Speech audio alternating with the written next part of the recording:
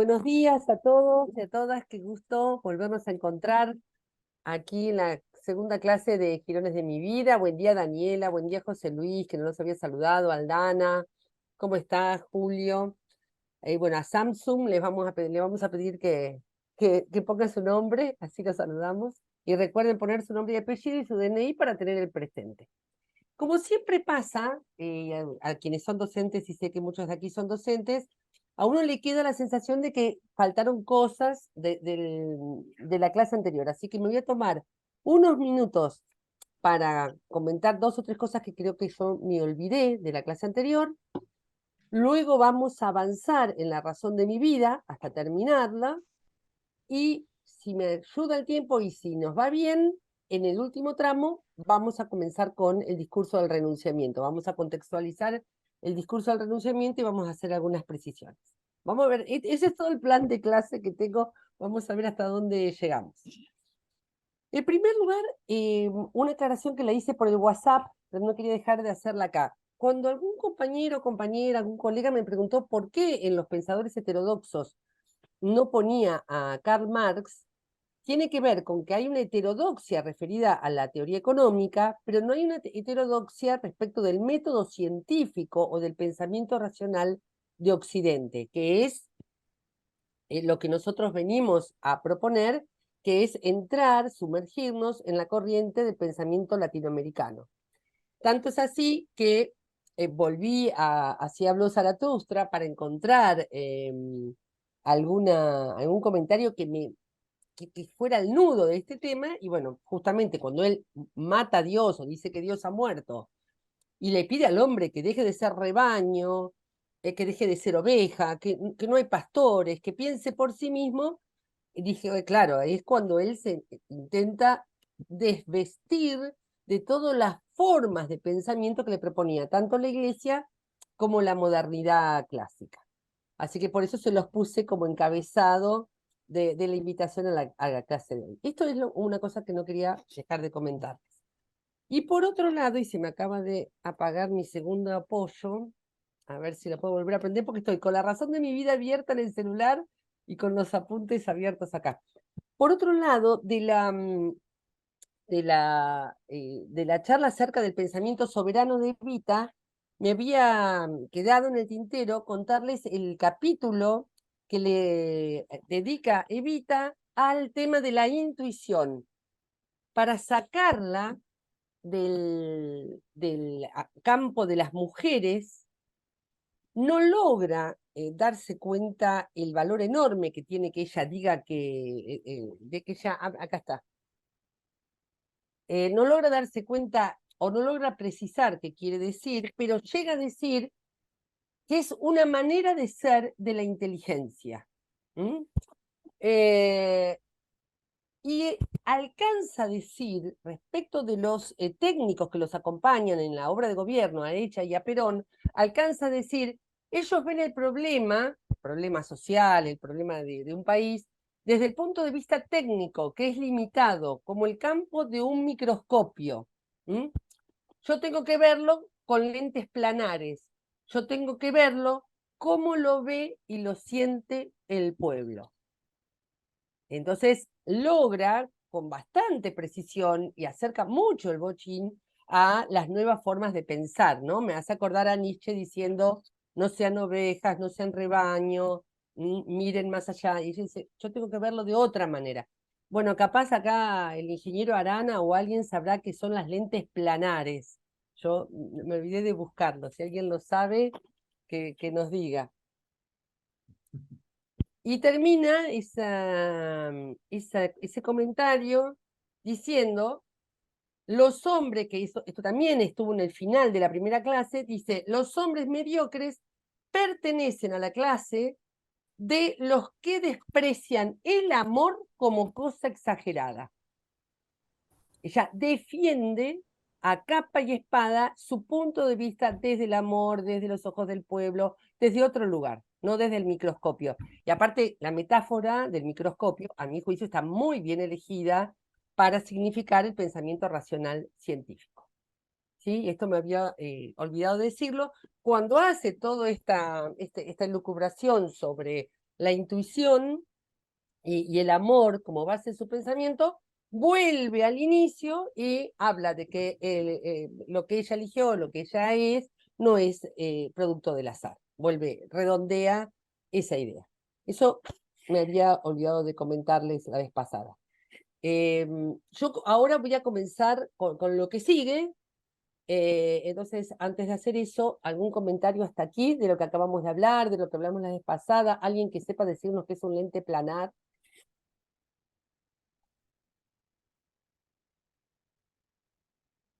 José Luis, ¿tenés idea? No. Esa materia justo no la cursaste, pero Dios mío. Ya. Ahora alguno lo va a buscar en el diccionario. Bueno, ¿algún comentario hasta acá de lo que estamos hablando? Pueden levantar la mano, pueden poner el emoji, pueden ponerlo en el chat. Si no, avanzamos. ¿Estamos bien para avanzar? ¿Estamos? Bueno. Supongo que, perdón, Sí. que el lente planar debe ser algo que te muestra en un solo plano algo, ¿no? Que no es abierto. Me da esa impresión por la palabra. No Sí, sé si pero ella lo pone a microscopio. Eso es lo que me por llama la eso, atención. para Bueno, ver en un solo plano algo más acotado, digamos. ¿pero eso no sería el microscopio? Por eso, lo que ella dice que el microscopio ve algo en un solo plano, no, Claro, no abierto como no, lo que ella. el lente planar tiene, según Wikipedia, les aclaro, como la capacidad de refractar la luz con mayor amplitud. Ah, Por eso habla de lente Ah, planar. ahora sí, porque ella dice, ellos ven el problema desde el punto de vista técnico, que es limitado como el campo de un microscopio. Yo tengo que verlo con lentes planares. ah, bien, Iluminando perfecto. todo, digamos. Eso, ella abre la Perdón, lente. Abre, hablé abre.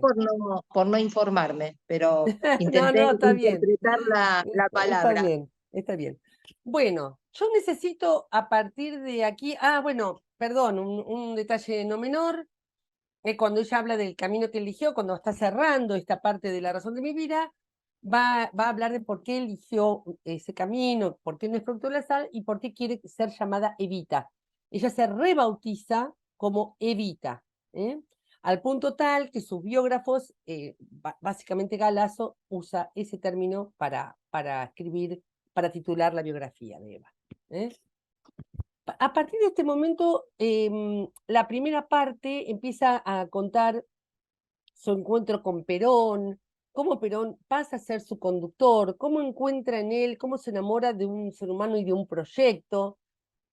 Y acá está mucho de lo que forma parte de la leyenda de que este libro es un libro menor, de que ella hace todo el tiempo como una suerte de elegía de Perón y todo lo que ya conocemos que son las leyendas alrededor de la razón de mi vida. Yo hoy necesito compartir con ustedes una hipótesis y por supuesto saltearme esa parte porque es la más conocida. Todos los autores y autoras siempre son hijos e hijas de su época. Escriben situadamente y vamos a ver, tanto en sus comentarios sobre su líder como en algunos comentarios sobre las mujeres, vamos a ver signos de época. Lo que a mí me molesta, y creo que acá hay una cuestión patriarcal, es que esta misma fraseología de época la tiene Freud, la tiene Hegel, la tiene Jung, la tiene Marx. El machismo, la mirada de la mujer en el hogar, bueno, una cantidad de cosas. Y sin embargo, no son esos comentarios, a veces machistas, anticuados, retrógrados a la luz de la actualidad, los que se resaltan de esos autores. Es decir, cualquiera de los autores más conocidos de la literatura, de la filosofía política, tienen estos deslices de época, pero solo se los señalamos a Eva. ¿Se comprende lo que quiero decir? O sea, yo no estoy negando que ella no lo tenga. Por supuesto que lo tiene. Ahora, la verdad que lo tienen todos y todas, el ropaje de época. ¿Pero por qué los demás no se lo señalamos? ¿Mm? Estamos hasta ahí, por eso Digo, no es que estoy negada a ver estas cosas en la razón de mi vida, sino que estoy tratando de resaltar aquello que no está siendo resaltado. Bueno, dicho esto, vamos a pasar, bueno, perdón, para cerrar este momento, de aquella mujer solo sabemos que el pueblo la llamaba cariñosamente Evita, ella quiere ser recordada como Evita. Y hace una distinción entre su tarea y la de Perón, que es muy interesante como distinción política, que es que ella se ocupaba de los detalles. Ella se ocupaba de lo que Perón no lograba atender, de las personas que no lograba ver. Y hay algo muy interesante. Perdón. Para terminar el tema de la base de su pensamiento. El amor no es, según la lección que yo aprendí, ni sentimentalería romántica ni pretexto literario. El amor es darse, y darse es dar la propia vida. Mientras no se da la propia vida, cualquier cosa que uno dé es, ahí no me entiendo la letra, cuando se empieza a dar la propia vida, entonces recién se está haciendo una obra de amor. Ahí ella resume desde dónde piensa, que es del mismo lugar desde donde vive y desde donde acciona. Pensamiento, vida, acción parten del mismo lugar y la base es el amor. Y no solo que no lo esconde, sino que lo pone en primer lugar y aclara que no es amor romántico, es amor político. No lo alcanza a decir, pero está definiendo el amor como categoría política. ¿Sí? Esto, perdón, terminando la primera parte. Luego, cuando empieza a hablar de su encuentro con Perón, de todo lo que ya conocemos, de esta leyenda que hay de que ella solo ensalza a Perón y no tiene pensamiento propio, que ya les conté que es una mujer de época y dice cosas de época, hace una distinción entre la tarea de ella y la tarea de Perón, las grandes obras de gobierno, ella está en los detalles, ella atiende a los que él no atiende, tiene incluso algunas anécdotas donde atiende a los que fueron echados por ministros, los compañeros que se van enojados de la obra de gobierno del partido, que se entran a pelear entre sí, ella atiende al que pierde, mientras Perón se queda con el ganador, digamos, de una interna política, en una ciudad, en un territorio, en un ministerio, en un sindicato, ella atiende al perdedor de una interna sindical todo el tiempo. Es muy interesante ese comentario que ella hace, porque ya van a ver cuando hablemos del pensamiento estratégico de Evita cómo esto va a volver. Y digamos, la aclaración de por qué ella se dedica en la fundación a lo que se dedica, mientras Perón se queda con la gran obra de gobierno, tienen una frase que ella le adjudica a Perón, para mí el resumen, que algo hemos visto en la clase pasada. En Gotas de Amor, que creo que está en la segunda parte, Perón le dice a Evita, la justicia no podrá completar su obra enseguida. Entonces, como la justicia no va a poder completar su obra enseguida, ahí está Evita con la obra de la fundación. ¿Sí? Bueno, vamos ahora a la parte 2 y 3, que me parecen súper interesantes por lo siguiente. Ella elige al sujeto de su... perdón, y me olvidé del... Perdón, antes de ir a los sujetos. A ver si lo encuentro. Perdón.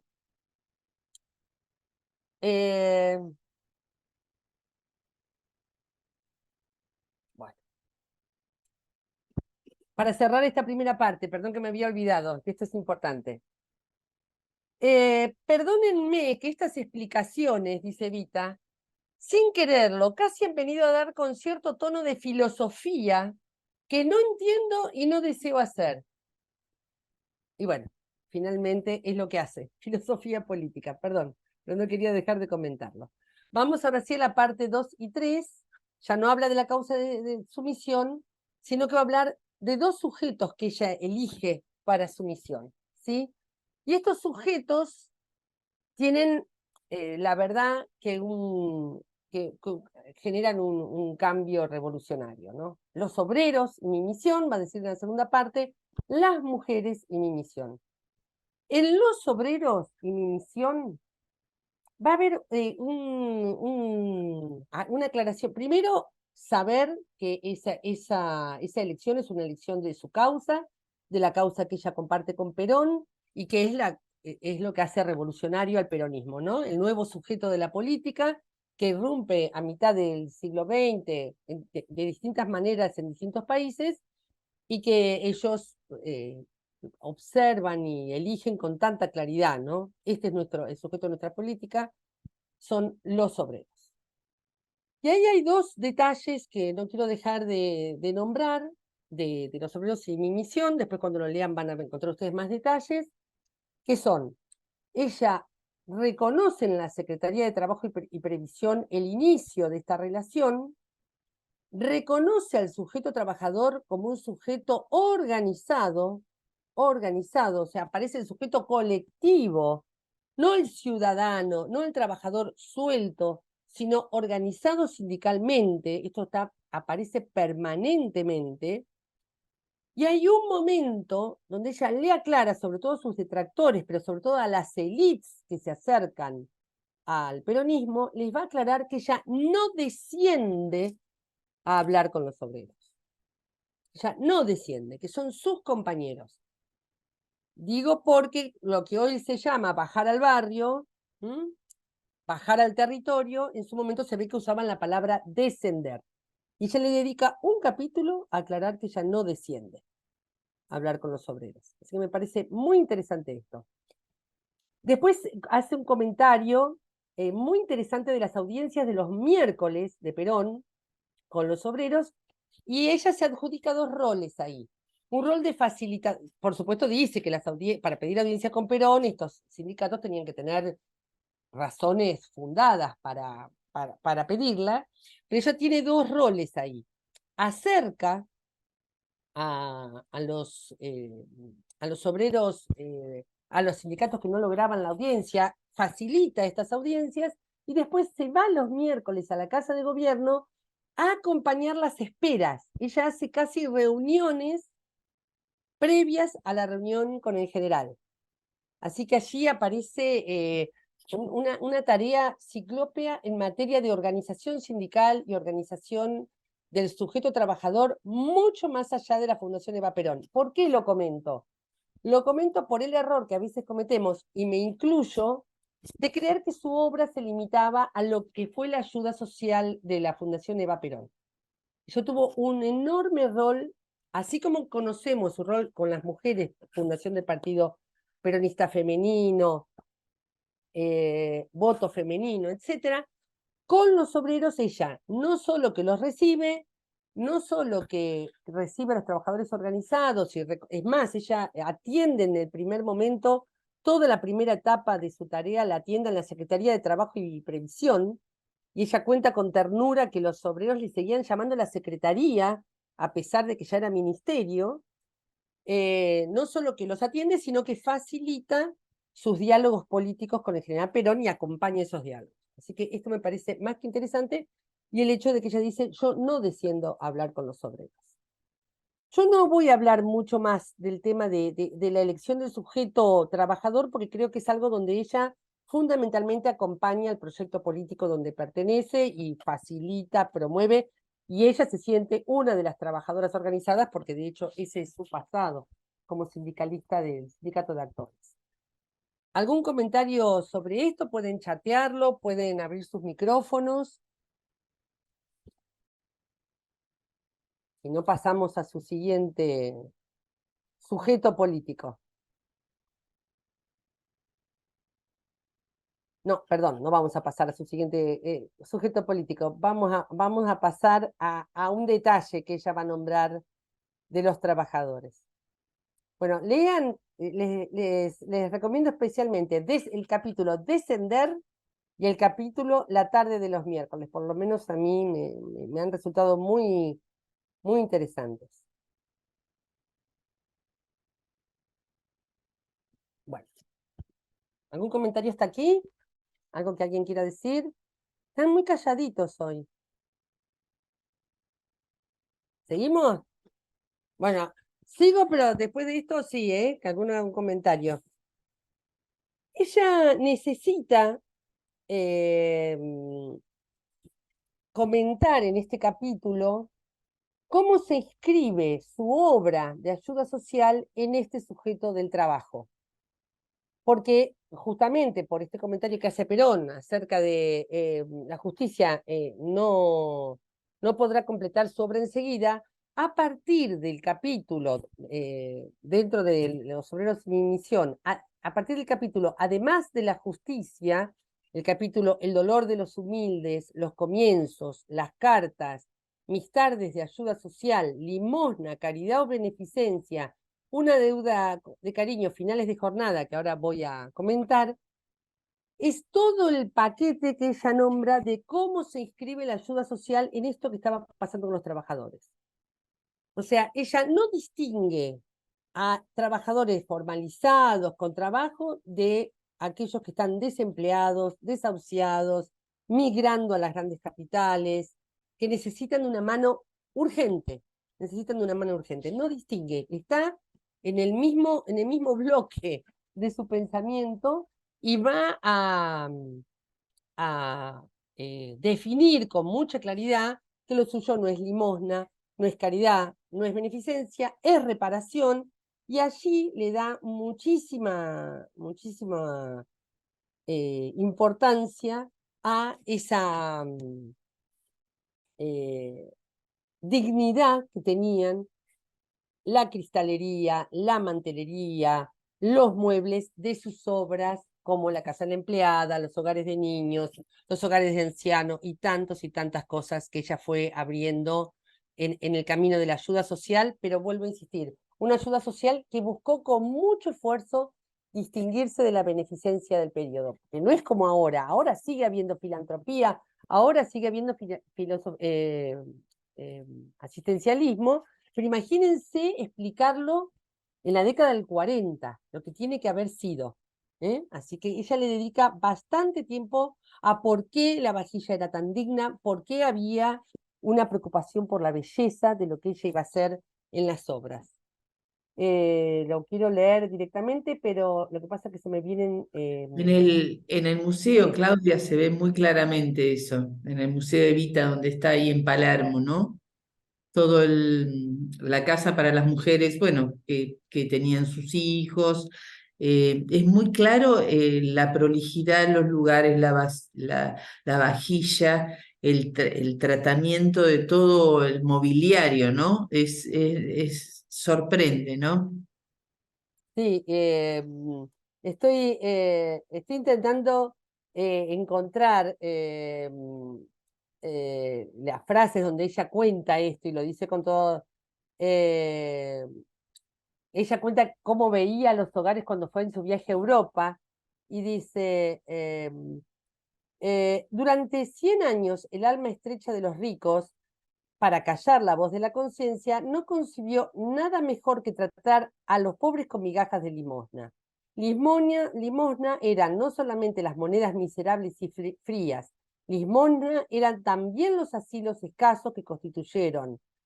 Todo en la obra social del siglo que nos precedió fue así, frío, sórdido, mezquino y egoísta.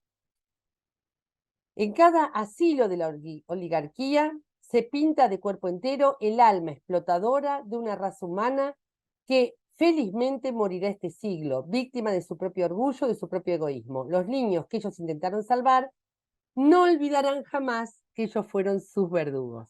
¿Sí? Va a contar que no van a tener uniforme los chicos de sus casas, que se van a vestir con la ropa que ellos quieran, va a haber flores, va a haber floreros, va a haber fotografías de la familia. Me hace acordar mucho a lo que luego, con la recuperación democrática, van a pedir los luchadores de la niñez cuando piden la derogación de la ley de patronato, el Movimiento Nacional de los Chicos del Pueblo, que muchos de los que estamos acá participamos, que hemos hecho desde las referencias y desde lo que siempre comentaba Alberto Morlachetti, que hemos hecho de la belleza parte de la militancia, que nuestros lugares sean bellos, cálidos, con cortinas coloridas, las paredes tienen que tener mucho color. No me importa que algunas visitas de compromiso se rasguen las vestiduras y aún con buenas palabras me digan, ¿por qué tanto lujo? O me preguntan casi ingenuamente, ¿no tiene miedo de que al salir de aquí estos descamisados se conviertan en inadaptados sociales? ¿No tiene miedo que se acostumbren a vivir como ricos? No, no tengo miedo. Yo deseo que se acostumbren a vivir como ricos, que se sientan dignos de vivir en la mayor riqueza. El mundo tiene riqueza disponible como para que todos los hombres sean ricos. Digo, más pensamiento político de la ayuda social no se consigue. Es un cambio copernicano del enfoque de la ayuda social del momento. Digo, por esto la denostan. Por esto escondieron su cadáver. Es por esto, no es por la ayuda social en sí. La ayuda social se venía haciendo. Ella hace un cambio, un giro que fue imperdonable. Así que me parece interesante y también me parece, bueno, ella va a hablar de la Nochebuena y la Navidad y el tema de la sidra en cada casa, ¿no? Habla de la lección europea, esto que les contaba, y todo esto lo va a decir justamente en el mismo capítulo en que habla de los trabajadores. Que me hace acordar también a cuando Carlos Cajade, uno de los referentes del movimiento Chicos del Pueblo, dice, los chicos de la calle son hijos de trabajadores desocupados. Y cuando la CGT declara, ellos son nuestros hijos, o sea, ella va a tomar la categoría del trabajador, de la trabajadora, la categoría de los trabajadores como la clase que ella elige como sujeto.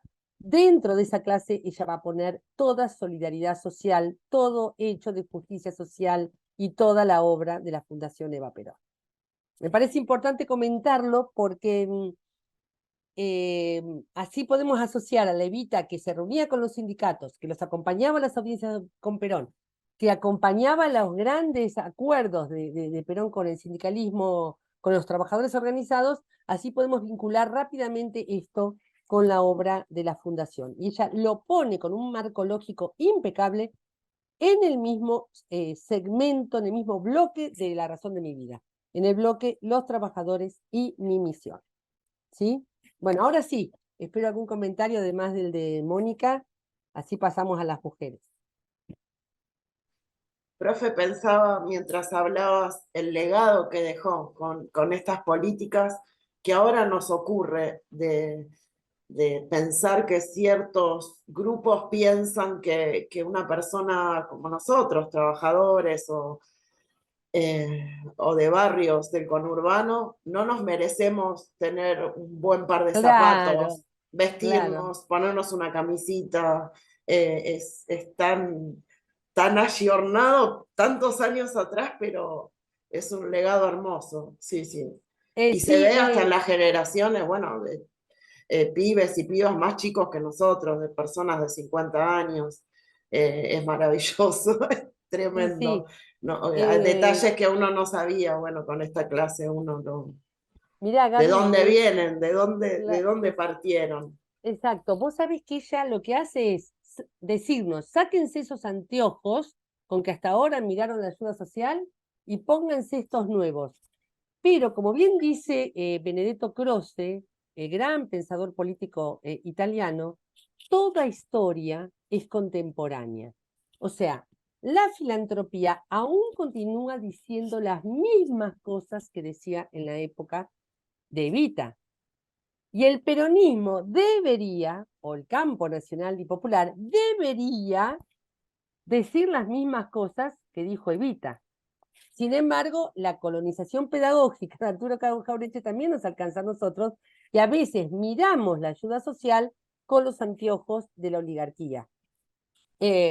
No tienen para comer, y se compran cigarrillos y tienen DirecTV, no tienen para comer pero van al boliche. La ayuda social se va por la canaleta del juego y de la droga, como si la herencia de los ricos en muchos casos también no se fuera por la canaleta del juego y de la droga, ¿no? Digamos, son problemas humanos que todos tenemos, y no todo se va por esa canaleta, además.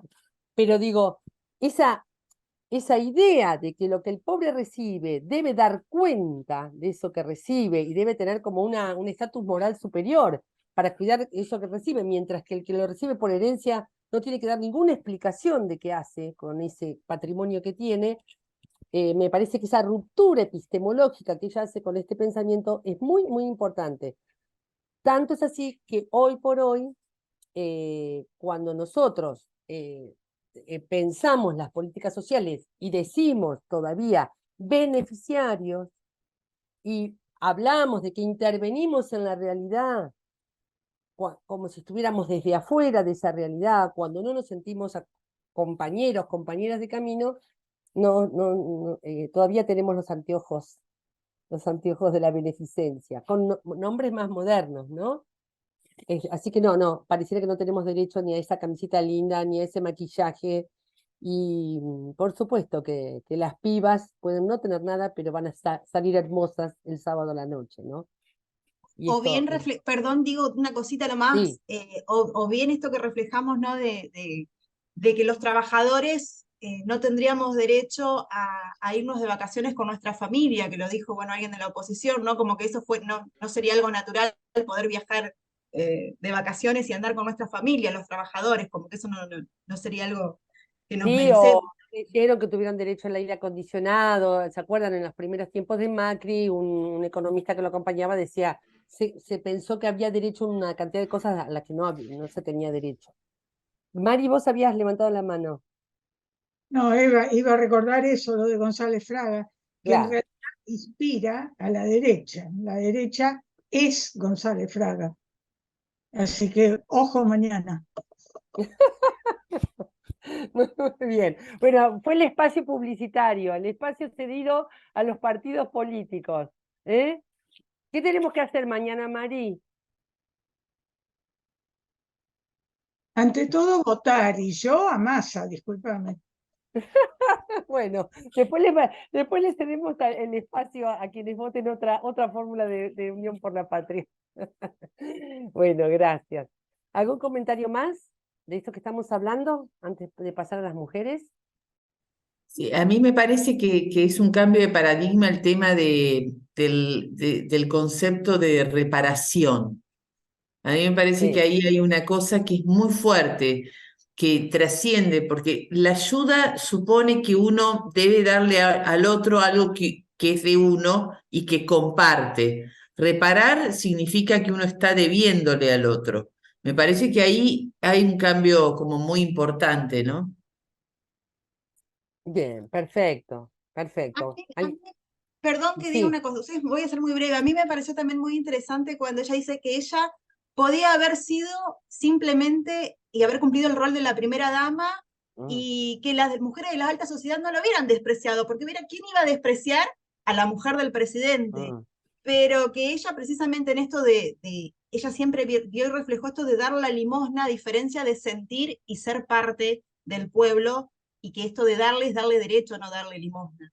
A mí siempre me pareció muy importante esto de que ella podría haber sido simplemente una figura decorativa y cumplir el rol de la primera dama, pero ella eligió ser Sí, sí, Evita. y lo que es interesante es que eso no significa que no se ocupe de los detalles. Nada más que a la primera dama le correspondían los detalles filantrópicos y ella se va a ocupar de aquello que la gran obra de Perón no podía abarcar.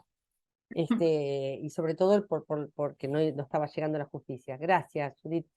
Clau, Sí, iba a comentar lo que escribió Dani. ¿Lo viste? escribo porque acá están durmiendo. Para mí la clave está en la frase: el amor alarga la mirada de la inteligencia. Es aportar lo femenino que extiende el género varón o mujer a la enorme revolución del peronismo. Sin lo femenino el peronismo no hubiera sido igual, y el amor es una categoría política porque quiere para todos lo que quiere para el ser amado. Excede el género varón-mujer, lo femenino, quise decir. Sí, sí, sí.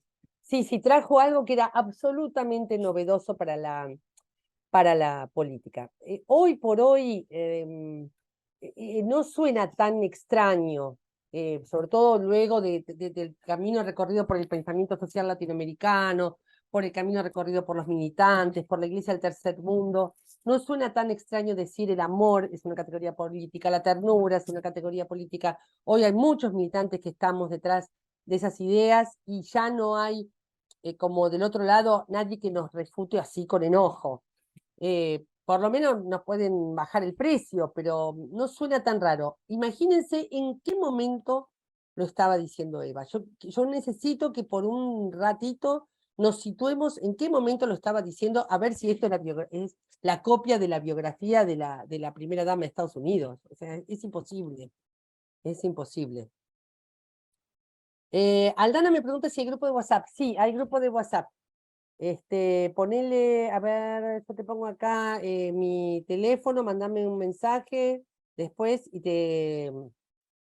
mandame un mensaje y te mando el link al grupo de WhatsApp, Aldana. Bien, porque ahí vamos dando las noticias del curso. Bueno, pasamos a Evite las Mujeres. Bueno, ¿qué pasa en el caso de las mujeres? Ahí hay un doble esfuerzo muy superior. A Evita, a ver si puedo explicar esto. La ruptura que ella hace, la alianza que ella hace con el pueblo trabajador y con los trabajadores, ella está muy acompañada por Perón. Es más, es cuando más lo nombra su conductor, en el tema de cómo ella hace de los trabajadores su sujeto político. En el caso de su elección por las mujeres, está sola. Yo necesito primero que comprendamos esto para lo que les voy a contar ahora.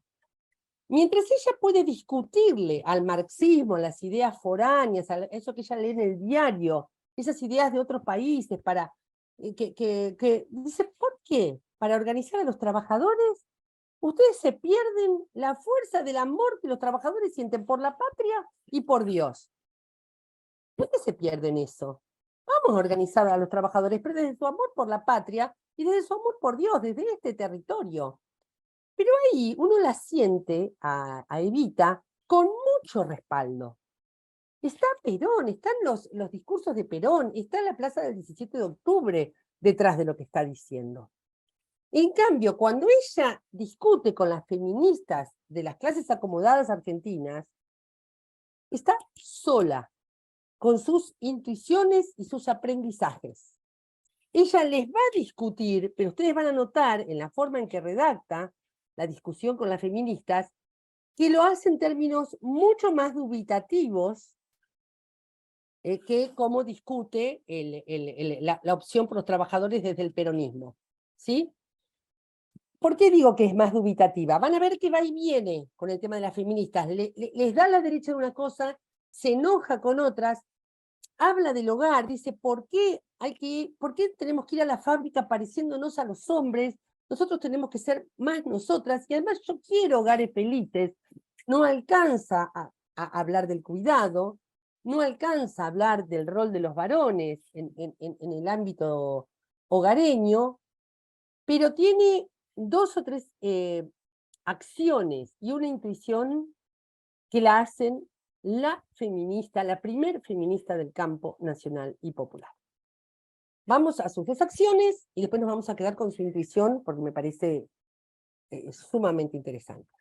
Sus 2 acciones son muy conocidas, que tienen que ver con el voto femenino y con la fundación del Partido Peronista Femenino. Lo del voto femenino se la pasan, sobre todo las progresías de las élites, las izquierdas marxistas de nuestro país, más dogmáticas, se la pasan recordando que la lucha de Julieta Lanteri, la lucha de Cecilia Grierson, aquellas mujeres que antes que Evita habían pautado, habían defendido o militado por el voto femenino. De hecho, hay una anécdota muy conocida de Julieta Lanteri, que es muy simpática, la verdad, que es que estaba prohibido que las mujeres votaran, pero no que fueran candidatas. Así que, bueno, Julieta Lanteri juega con este gris de la legislación, se presenta como candidata. Bueno, es muy interesante toda la tarea. Pero lo que es enormemente valioso de Evita, y necesito resaltar con ustedes respecto del voto femenino sobre todo, es que, eso yo siempre lo repito, como dice Norberto Galazo, no solo hay que tener razón, sino que hay que tener poder. Y además hay que construirle viabilidad a tu idea. Ella acumuló poder, le construyó viabilidad y logró aprobar una ley que ustedes recordarán, es muy conocido, si no los invito a ver, los videos donde aparecen los argumentos que daban los legisladores de la oposición y también algunos propios acerca de por qué la mujer no debía votar. Después los nuestros levantaron toda la mano porque si no se tenían que encontrar con Evita, pero no la levantaron la mano tan convencidos. Cuando algún legislador dice en el recinto, si la mujer vota diferente que el hombre, que el varón, se va a armar toda una discordia en el hogar y rompe el hogar esa situación. Bueno, en esta casa se vota distinto mañana. Se vota distinto mañana y por ahora nos venimos llevando bien. ¿Eh? Por ahora nos venimos llevando muy bien. Vamos a ver. Mañana quién celebra. Siempre en Unión por la Patria, tranquilos. Tranquila, Mari, siempre en Unión por la Patria. Pero lo comento esto porque la verdad que la redacción de la ley del voto femenino es lo de menos, la factura técnica de la ley es lo de menos. El trabajo que le costó a ella, las reuniones que ella tuvo que tener con John William Cook para que los diputados votaran como tenían que votar, la contraargumentación que tuvieron que hacer frente a discursos que hoy suenan horribles respecto del tamaño del cerebro, de la inteligencia de las mujeres, de las discordias hogareñas, suenan horribles al día de hoy, pero que en aquel momento eran atendibles, eran argumentos atendibles que el pueblo escuchaba. Y escuchaba y decía, ah, es verdad. Entonces, me parece que ahí hay un pensamiento-acción de Evita que es de un valor histórico enorme que por suerte se le está dando. El otro hecho enorme desde su feminismo popular es la creación del Partido Peronista Femenino.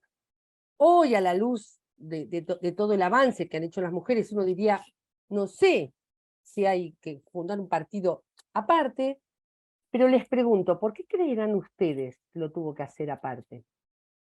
A ver si ensayan alguna hipótesis. ¿Por qué en vez de pedir lugares en el Partido Peronista, crea un nuevo partido? Y por ahí para darle cierta entidad más fuerte, me imagino, más identidad propia. Bien, tibio. ¿Qué más? ¿Alguien más había empezado a hacer una hipótesis? Escuché la voz de una mujer que estaba por hacer una hipótesis. Pero ya hablé. No importa, Judith, dale. Me parece que era para que se sientan que tienen un espacio propio organizado, ¿sí? Pero me sumo mucho a lo que dijo Rodrigo, igual fue tibio, así que dijiste que fue tibio, así que escuchamos otras voces. No, a ver los que están más acostumbrados a la real política, a la política real, a la política pragmática, a cuestiones prácticas, a ver, ¿qué se les ocurre? Cantidad de electores, cantidad de... Ahí vamos. Y el tercio del partido de las mujeres en el poder tiene que ver ahora que habla del cupo femenino. Sí, acá el alumno Spinetta dice no le daban espacio, y acá José Luis cuenta las consecuencias materiales que tuvo la creación del Partido Peronista Femenino, que es el tercio. O sea, y va en línea con lo que vos recién dijiste, Mónica. O sea, no tenían chance si pedían lugares. Si pedían lugares, era una negociación permanente, pedir lugares. Si creaban el partido, por supuesto lo hizo ir a Perón, lo hizo ir a todos los cabezones en la creación, los involucró a todos en la creación del partido. Después, ¿cómo les decían que no?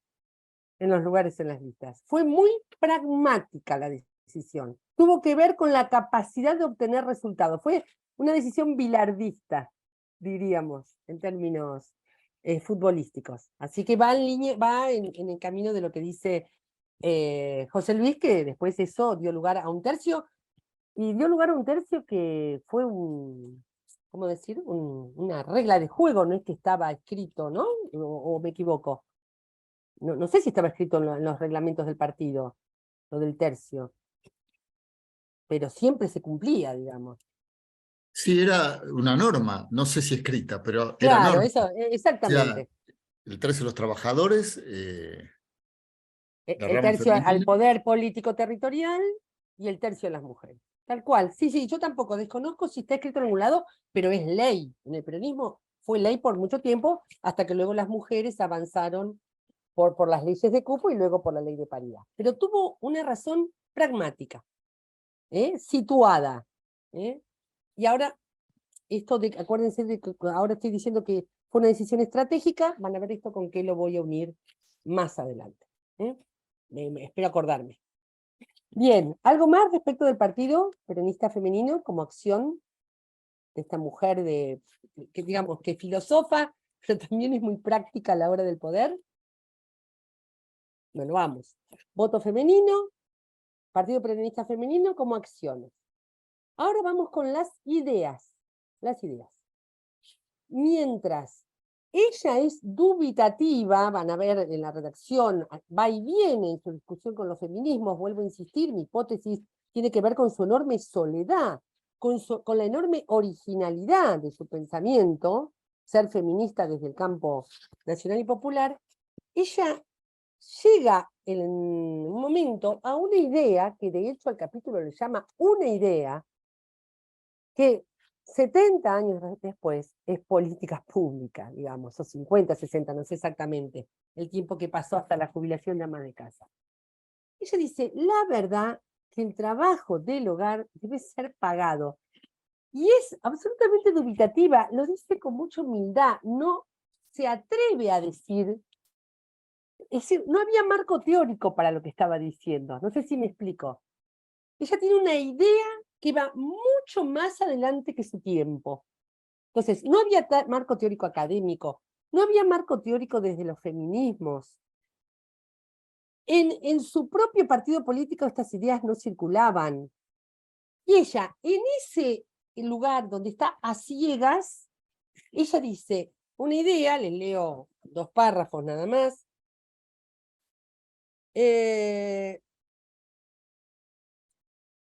porque en realidad con las mujeres debe suceder lo mismo que con los hombres, las familias o las naciones. 2 puntos. Mientras no son económicamente libres, nadie les asigna ningún dinero.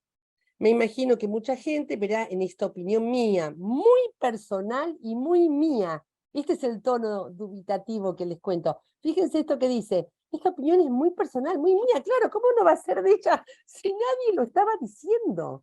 En ningún marco teórico, ni los feminismos de vanguardia de Europa. Un concepto demasiado materialista. No es así.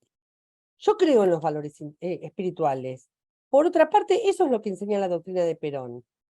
Por eso mismo, porque creo en el espíritu, considero que es urgente conciliar en la mujer su necesidad de ser esposa y madre, mujer de su época, con esa otra necesidad de derechos como persona humana digna, que lleva también en lo más íntimo de su corazón.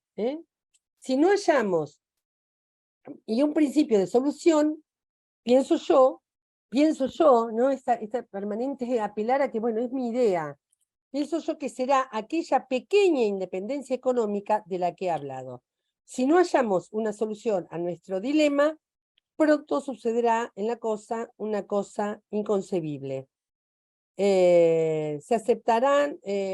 No aceptarán constituir un hogar verde. Las mujeres dejarán de querer constituir hogares si no tienen guita. Imagínense para la época, es terrible lo que dice. Ella misma se da cuenta de lo provocadora que son estas palabras. Dice, a ver, hay que dar una ayuda económica a estas mujeres. Ella no dice, no logra decir, es amor, es trabajo. No logra decir, como el feminismo de izquierda, lo que ustedes llaman amor, en realidad es trabajo no remunerado. No alcanza a decir eso. Pero tiene una intuición absolutamente correcta. Dice, acá tiene que ver algo del orden de la independencia económica y del orden del reconocimiento de este trabajo de la casa. El trabajo que hoy llamamos el trabajo de los cuidados y que hoy está revolucionando a la economía. Y que ha tenido en las asignaciones la jubilación de ama de casa y otras asignaciones, como la asignación por cantidad de hijos y el cuidado de hijos, que reconoce años de jubilación, ha tenido en estas políticas la realización de esta idea de Eva Perón. La conocían todos esta idea porque hace muy poco que se empezó a rescatar, este capítulo perdón que no se los diga por número los capítulos porque no le pone números. Es el capítulo Una idea. En la edición de UPCN, que es la que yo subí, es la página 57. Dice, fíjense lo que dice acá. Yo sé que para nosotras, las mujeres de mi patria, el problema no es grave ni urgente. ¿No? Doy una idea para después, ¿no? Pero me parece súper interesante esto. Profe, estaba haciendo política ya feminista, me pareciera tomar la frase, porque estuve en varias marchas y acompañando, bueno, tengo una hija feminista, un hijo varón machista. En los acompañamientos de mi hija escuché esto en las reuniones de las chicas, de las pibas, que lo personal es político. Eso que Evita empezaba como a vislumbrar, es esto, era lo personal, lo que ella veía y sentía desde su parte, y ya estaba haciendo una política extraordinaria. Sí. Tremendo. El final de ese capítulo, a mí cada vez que lo leo, me pone la piel de gallina. Ella dice, así se salvarán muchas mujeres de la delincuencia y la prostitución que son fruto de la esclavitud económica. Así se salvará el hogar del desprestigio y le dará verdadera jerarquía a la piedra fundamental de la humanidad. Sé que mi solución es más bien una puerta que un camino. Ella sabe que está abriendo un ámbito nuevo, un ámbito político y una propuesta nueva. Veo que es todavía poco lo que ella significa. Y que es incompleta, que lo que está diciendo es incompleto. Ay, por favor, esta mujer, ¿cómo pensaba? Creo que es necesario hacer mucho más todavía. Porque no se trata de devolver, fíjense esto, no se trata de devolver al hogar un prestigio que nunca tuvo, hoy diríamos, no se trata de devolver al cuidado un prestigio que nunca tuvo, sino de darle un prestigio que nunca conoció. ¡Wow! Sabe que está fundando, está iniciando. ¿Vieron cuando Carlos Matus, que a veces lo vemos en videos, cuando Carlos Matus dice, estadista, digamos, un gobernante o una persona que gobierna tiene que ver más allá de la curva del camino. Y dice, y el estadista, el verdadero conductor de un pueblo, es el que traza camino donde no hay camino después de la curva. Cuando termina el camino, el conductor traza camino. Inventa el camino, yo he tenido que crear muchos institutos, fíjense esto, acá aparece la palabra cuidado, yo he tenido que crear muchos institutos donde se cuida a los niños, queriendo sustituir una cosa que es insustituible, una madre y un hogar, pero sueño siempre con el día en que ya no sean necesarios.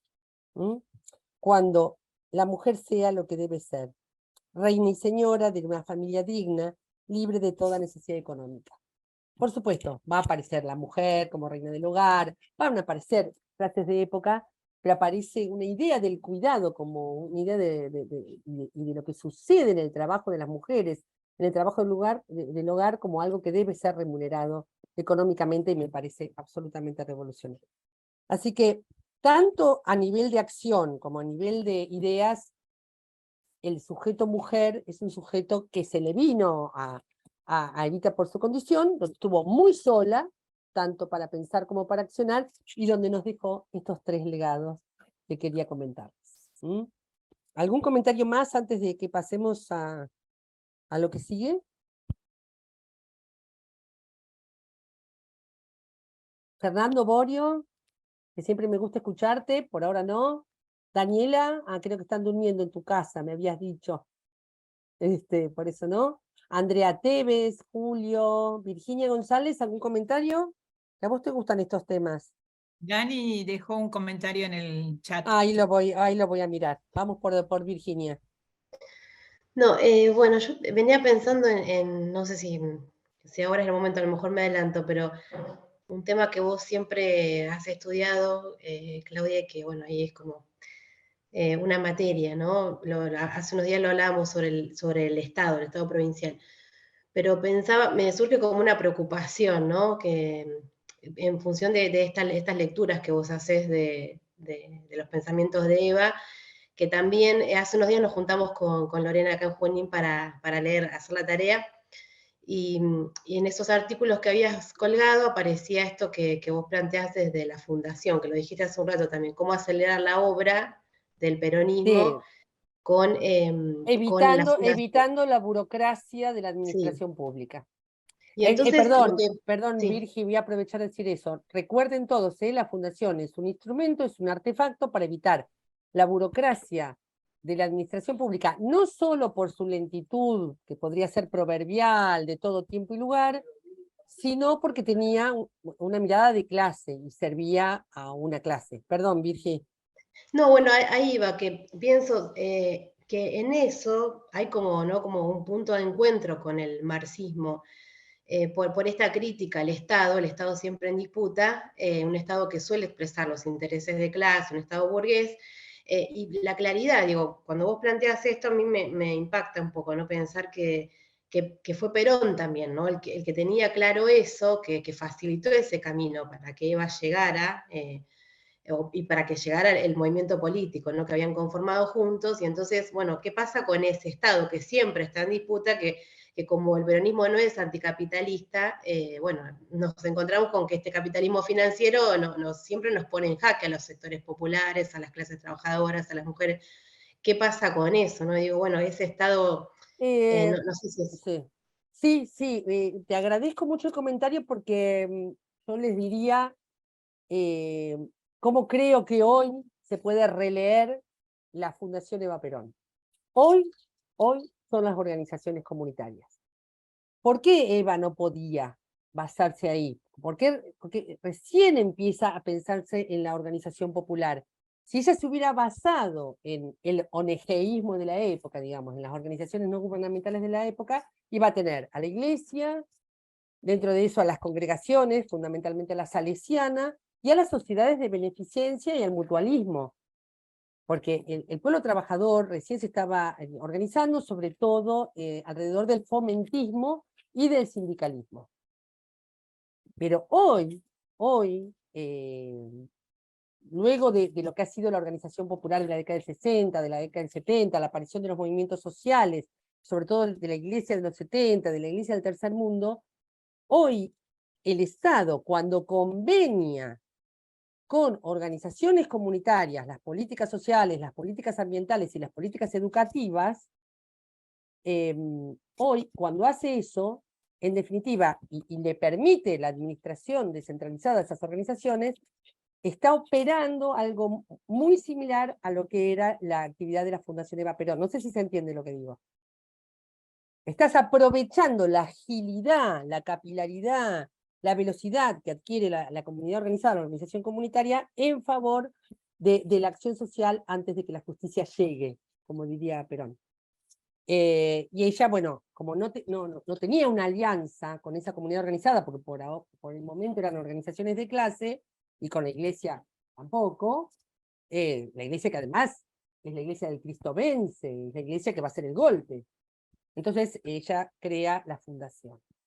No sé, Virginia, si eso completa tu comentario. Pienso también en esto de la impotencia que genera a compañeros y compañeras que también están en la gestión pública, ¿no? ¿Cómo es tanto más rápido? ¿Cómo puede ser? Ahí me pregunto, ¿cuál es el motivo? ¿Son las burocracias? ¿Es la falta de formación en el Estado?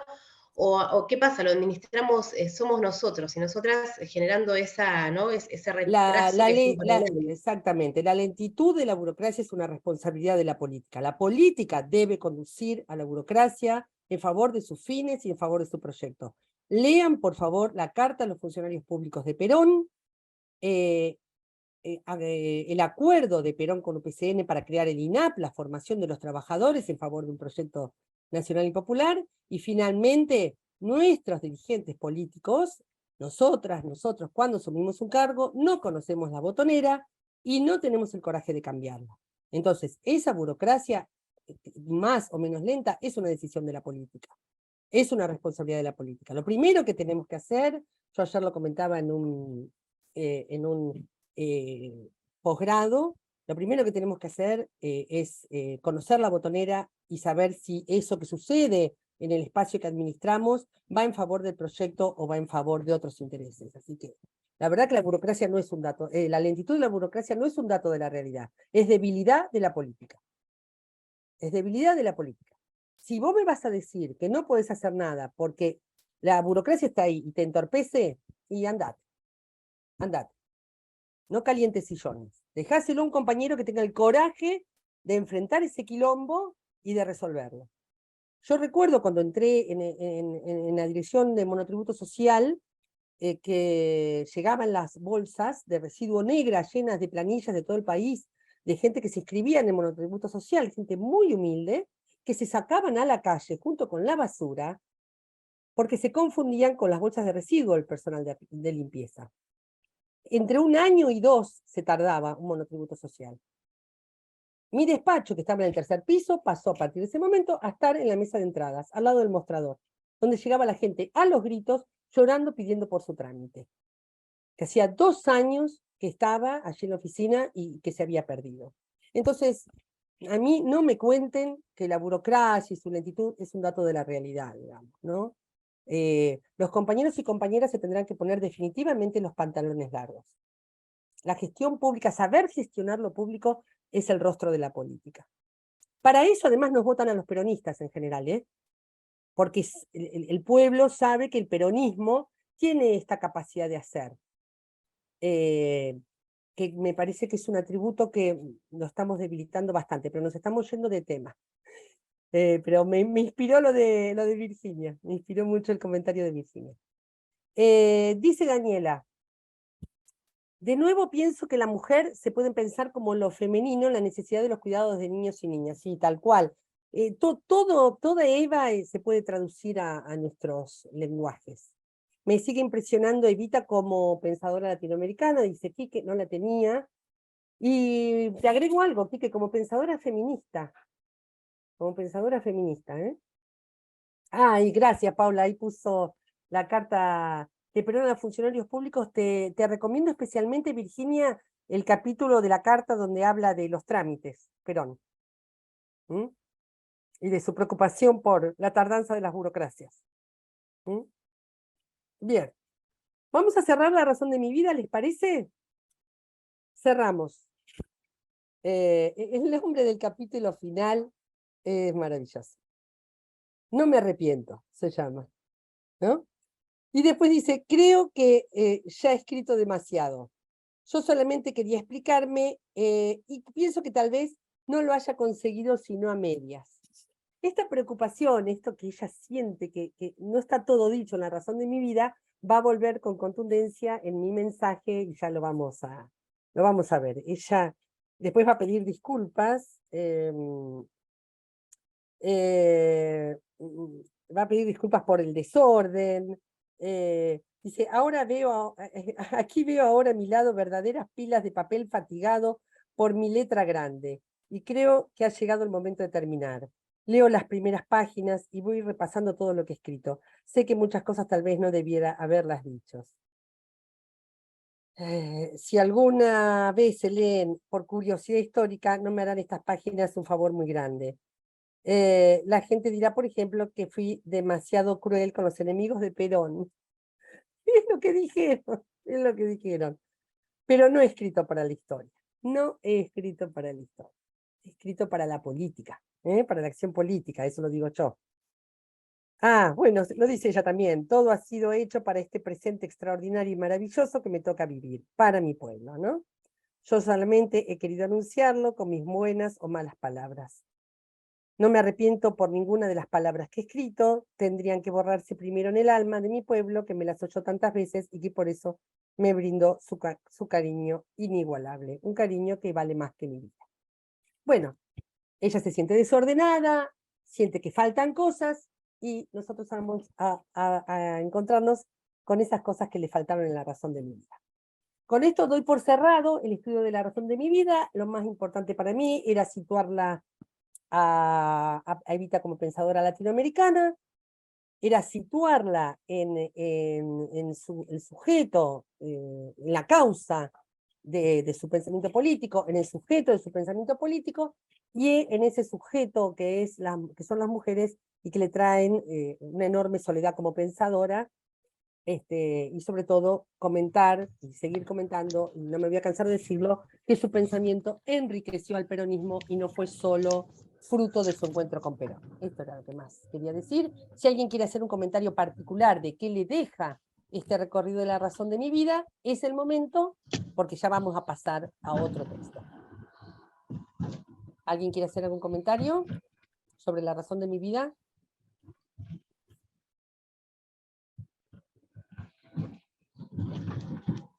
¿Estamos? Yo voy a leer el comentario que me mandó uno de ustedes. Yo no quiero comentar algo pequeño. No, que pienso, ¿no? Después esta es la segunda vez que yo tomo este seminario, que hasta el mismo peronismo trató a la razón de mi vida como un texto menor. Sí. Yo en mi formación como militante, ahí siempre es como ese libro que escribió Evita, ¿no? E incluso hasta mirado con el prejuicio de la oligarquía, como que era el libro que le hacían leer a los pibes en el colegio, que no estaba bueno, que era pura ideología, y que toda esa historia, por lo menos siempre hubo yo creo que el peronismo lo vivía hasta con cierta vergüenza. Sí. Y la lectura detenida y el poder, no rescatar, sino el poder poner sobre la mesa su riqueza en la acción política me parece fundamental. Sí, y es mucho más, queda mejor en una conversación política decir que leíste a John William Cook, o que leíste a Scalabrini Ortiz, o que leíste a Jauretche, e incluso a Manuel Ugarte y a otros preperonistas, que decir que leíste La razón de mi vida. Totalmente, siempre fue como si fuera un género menor del peronismo, ¿no? Sí, sí. Gracias, como el Pablo, folletín del peronismo. Exactamente. Tuvo ese tratamiento. Gracias por el comentario, Pau. Aldana, a ver si te escuchamos. Intentemos. ¿Podés abrir tu micrófono? A ver si te escuchamos, Aldana. Ahora lo apaga. Ahí, dale. ¿Estás hablando, Aldana? No, no se le escucha. No, no te escuchamos, Aldana. ¿Estás hablando? Bueno, entonces, ¿querés poner el comentario en el chat? Dale.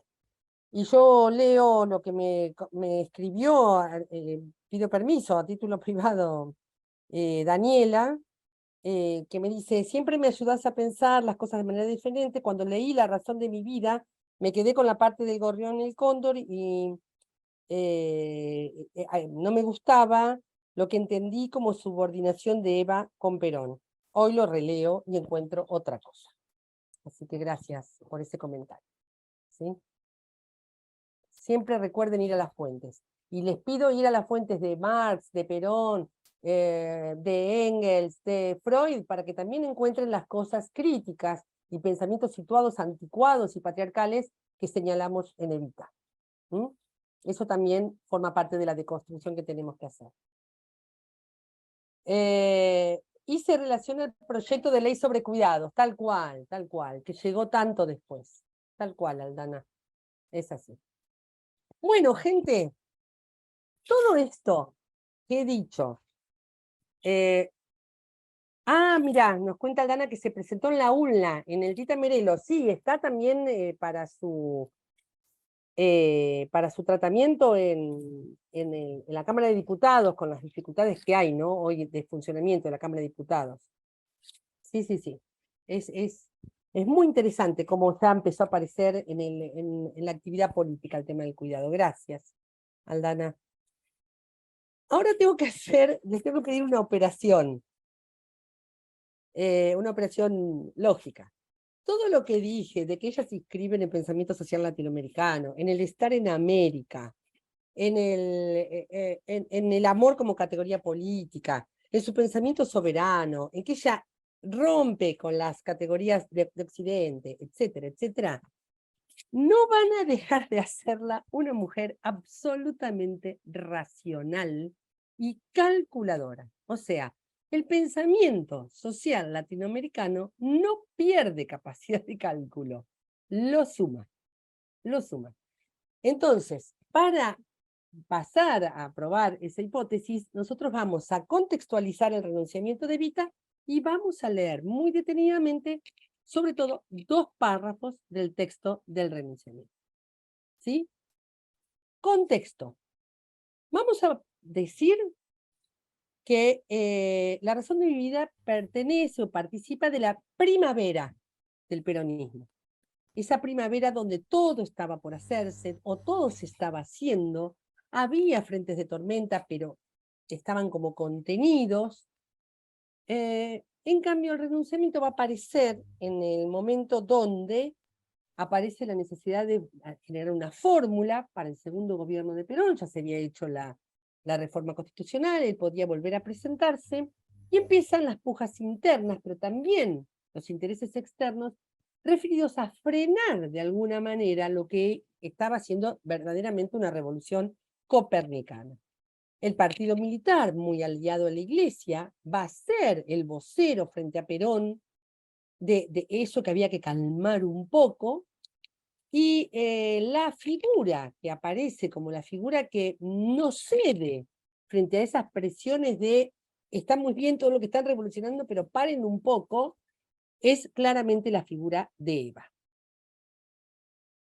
Eva va a tener su alianza en muchos de los sindicatos, no en todos, pero los sindicatos empiezan a intuir que adentro del propio partido empiezan a aparecer fuerzas conservadoras que dicen, hasta acá, hasta aquí llegamos, no vayamos mucho más allá. Había habido expropiaciones muy resonantes, como la de Patrón Costa, como la de Pereira Iraola, pero todavía los terratenientes no corrían peligro, las grandes burguesías no corrían peligro, pero acá parecía que un segundo gobierno podía traer como una profundización de lo que Perón estaba postulando, y esa profundización parecía estar claramente simbolizada por la figura de Eva. ¿Comprenden el contexto, no es cierto? Elección de la fórmula del segundo gobierno, de hecho, con una suerte de ansiedad por la tardanza de su anuncio, había cierto nerviosismo por esta situación, y la CGT que le pide a Evita que sea la compañera de fórmula. El pedido de Eva de compañera de fórmula de Perón hay que leerlo como la profundización de la revolución. Solo si lo leemos así, vamos a poder comprender el ensañamiento que hubo respecto de que ella no estuviera en esa fórmula, ¿no? Respecto de lo que estaba pasando acerca del boicot a esa fórmula. Al punto tal que la CGT hace el famoso acto en la 9 de julio para pedirle a Evita que sea la compañera de fórmula, la fórmula Perón-Perón, ese famoso cartel de todas las fotos y todos los videos, y Evita, que les promete que les va a responder en breve. El llanto de Eva, ya conocedora de su enfermedad, y una respuesta que se va a conocer por vía radial. Recuerden ustedes que funcionaba como una suerte de cadena nacional tremenda, la radio era el medio de comunicación del momento, unos días después. ¿Sí? Este es el contexto, no quiero comentar mucho más, si alguien quiere hacer algún comentario más, es el momento de cuál es el contexto de ese renunciamiento a formar parte de la fórmula, porque yo necesito, antes de que leamos el texto del renunciamiento, preguntarles previamente, así como con lo que saben, ¿cuál creen ustedes que es la razón por la cual Eva renuncia a formar parte de la fórmula? Así que, ¿qué es lo que conocen? ¿Qué es lo que saben? ¿Qué es lo que le contaron? ¿Qué es lo que leyeron respecto de ese renunciamiento? Que ahora vamos a analizar en el texto. ¿Alguien quiere comentar?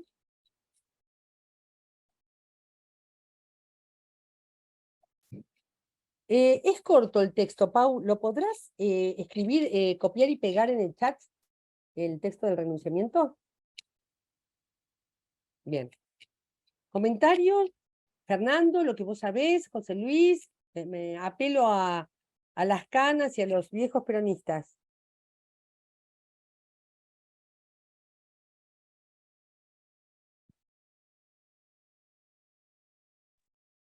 Yo creo que en el contexto que vos describías muy bien, las presiones fueron tan fuertes, sectores que marcaban el límite, hasta acá llegamos, que, digamos, Eva prefirió persistir en el reformismo sin, desde su posición, que no habría de alterarse antes que alentar con una toma de posición más activa y más visible, como era la vicepresidencia, una reacción más fuerte de los sectores más conservadores, ¿no? Fue un poco preservar lo existente frente al riesgo de perder lo obtenido. Un poco, Bien, bien, es una buena explicación. Gracias, Fernando. Ahí Aldana dice presiones de Campo de Mayo, del partido militar, diríamos hoy. Bien, buena explicación. José Luis.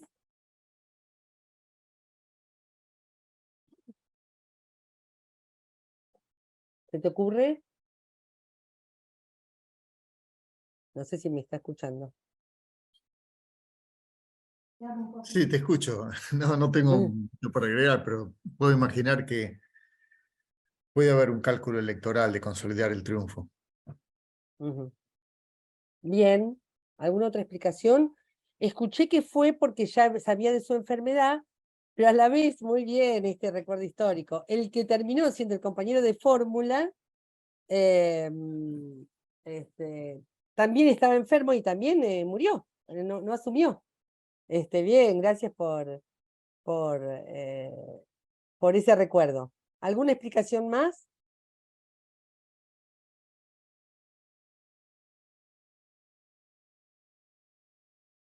Profe, a mí no leí todo el libro, pero a lo que venimos conociendo la esencia de Evita, me parece que no fue ni por su enfermedad, ni por alguna cuestión de ella personal, por algo que pueda llegar a tocar a Perón o a los trabajadores.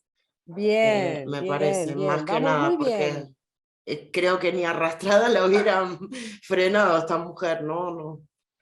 Estoy buscando el nombre del que murió, del que finalmente fue no lo puedo encontrar. Si alguien lo encuentra, el nombre de quien finalmente fue parte de la fórmula.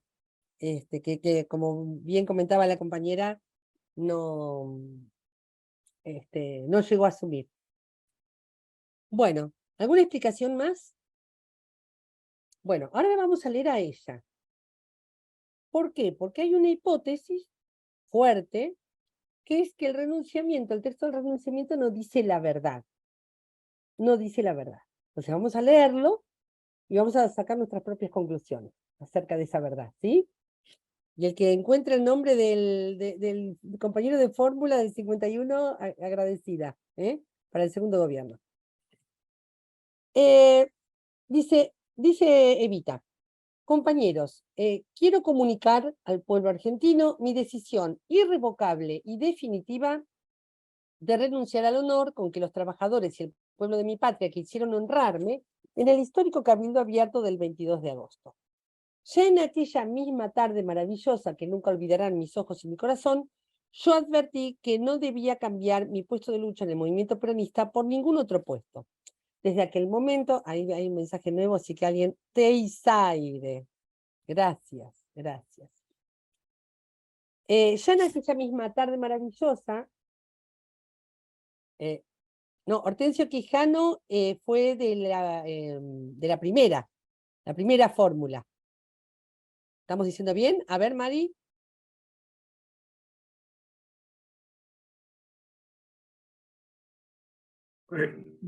Claudia, Hortensio Quijano fue el candidato de la primera fórmula, pero también el de la segunda fórmula.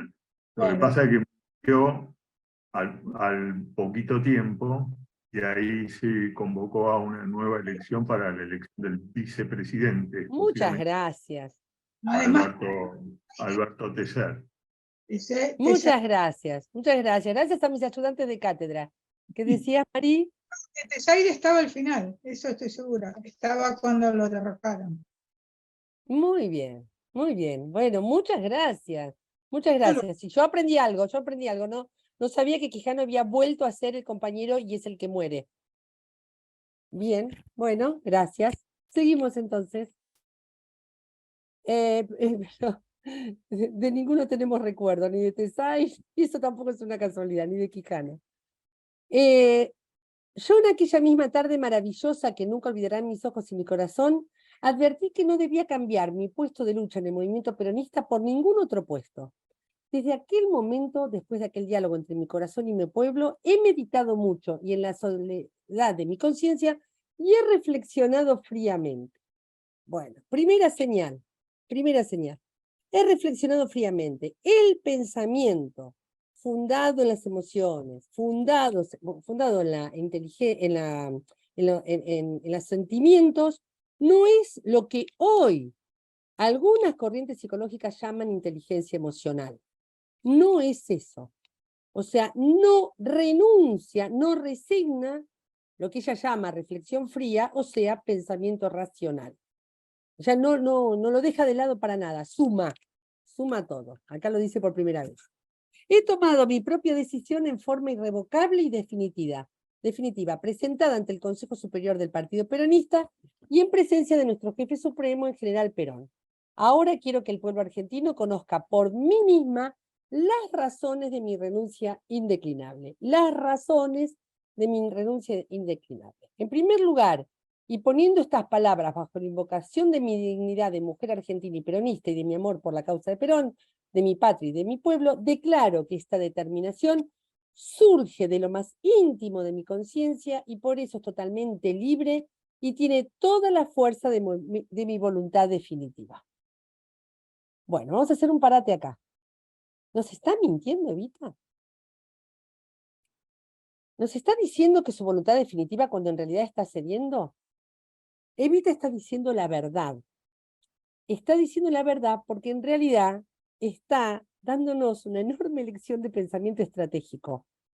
Es decir, es cierto que es libre, pero también es cierto que su decisión es situada y es estratégica. ¿Está?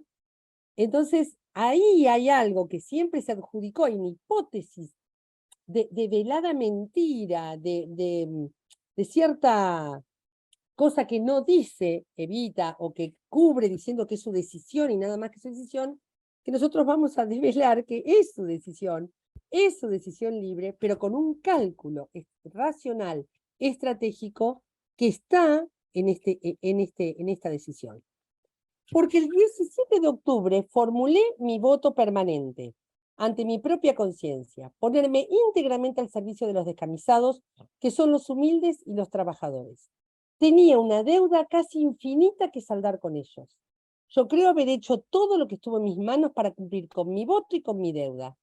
No tenía entonces, se me perdió.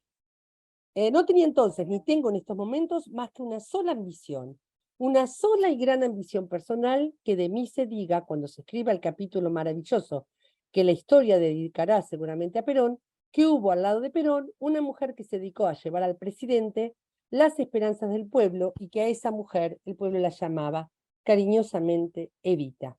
Eso es lo que quiero ser. Otra vez, apela a lo que ya es, apela a lo que es profundamente. ¿No falta una parte, Pau? ¿O hay algo que yo no leí? No, está bien, está acá. Está acá en la primera, en tu primera parte. es algo que ella va a tomar, que es el puesto de lucha, como el puesto que es la verdadera naturaleza de lo que ella tiene que hacer, y va a hacer un cálculo racional, y va a decir, entonces, que ella no va a tomar no va a tomar el cargo, para que justamente no se confunda ese cargo con lo que es su verdadera elección. ¿Sí? Todo lo que ella escribe acá está absolutamente calculado fríamente. Ella sabe de su enfermedad, el pueblo intuye su muerte cercana, ella sabe que su presencia era importante y ella hace ese cálculo estratégico. Y yo, a ver, voy a contraargumentarte el tema del reformismo. Más bien yo diría del tiempismo, no sé si es reformismo. Yo no creo que ella estuviera apostando al reformismo gradual. Ella está apostando a los tiempos en los que se puede hacer cada cosa. ¿Puede ser, Fernando?